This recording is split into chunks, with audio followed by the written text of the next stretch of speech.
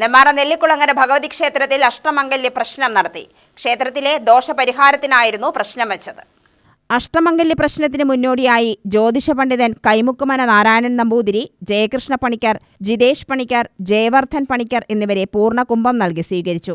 അഷ്ടമംഗല്യ പ്രശ്നത്തെക്കുറിച്ച് കൈമുക്കുമന നാരായണൻ നമ്പൂതിരി വിശദീകരിച്ചു. സ്വർണത്തിന് ഇപ്പോൾ ഇവിടെ ഒരു തെക്ക് കിഴക്ക് ഭാഗത്തേക്ക് തിരിഞ്ഞിട്ടാണ്.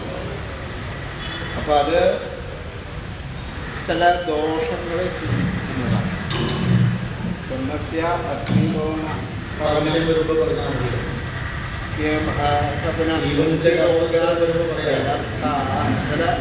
മൃത്യു, രോഗങ്ങൾ, അനർത്ഥങ്ങളൊക്കെ ഈ ക്ഷേത്രമായിട്ട് ബന്ധപ്പെട്ടുകൊണ്ട് മുൻകാലങ്ങളിൽ ഉണ്ടായിട്ടുണ്ട് എന്ന് സൂചിപ്പിക്കുന്നു.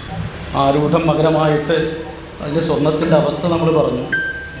ആ രാശിയിലിന്ന് ഗ്രഹസ്ഥിത്യാംശങ്ങളൊന്നുമില്ല. പിന്നെ രണ്ടാം ഭാവം കുംഭൻ രാശിയാണ്. ഇവിടെ രാഹുവിൻ്റെ സ്ഥിതി.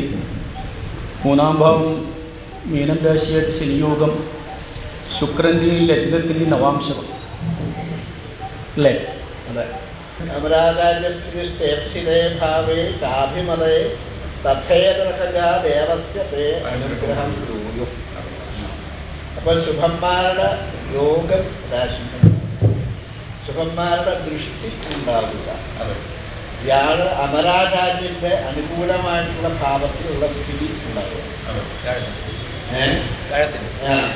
ഇതര ഘടകങ്ങള്, മറ്റു പാപഗ്രഹങ്ങള് ഒക്കെ പറഞ്ഞതായിട്ടുള്ള 3, 6, 10, 11 ഭാവങ്ങളിൽ നിൽക്കുക.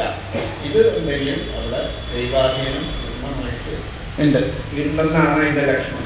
നിരവധി പേർ ക്ഷേത്രാങ്കണത്തിൽ എത്തിയിരുന്നു. ഉപദേശക സമിതി അംഗം KP കേശവദാസ്, ജ്യോതികുമാർ, നെമ്മാറ വല്ലങ്ങിദേശം ഭാരവാഹികൾ, നാട്ടുകാർ എന്നിവർ സംബന്ധിച്ചു. UTV news, Palakkad.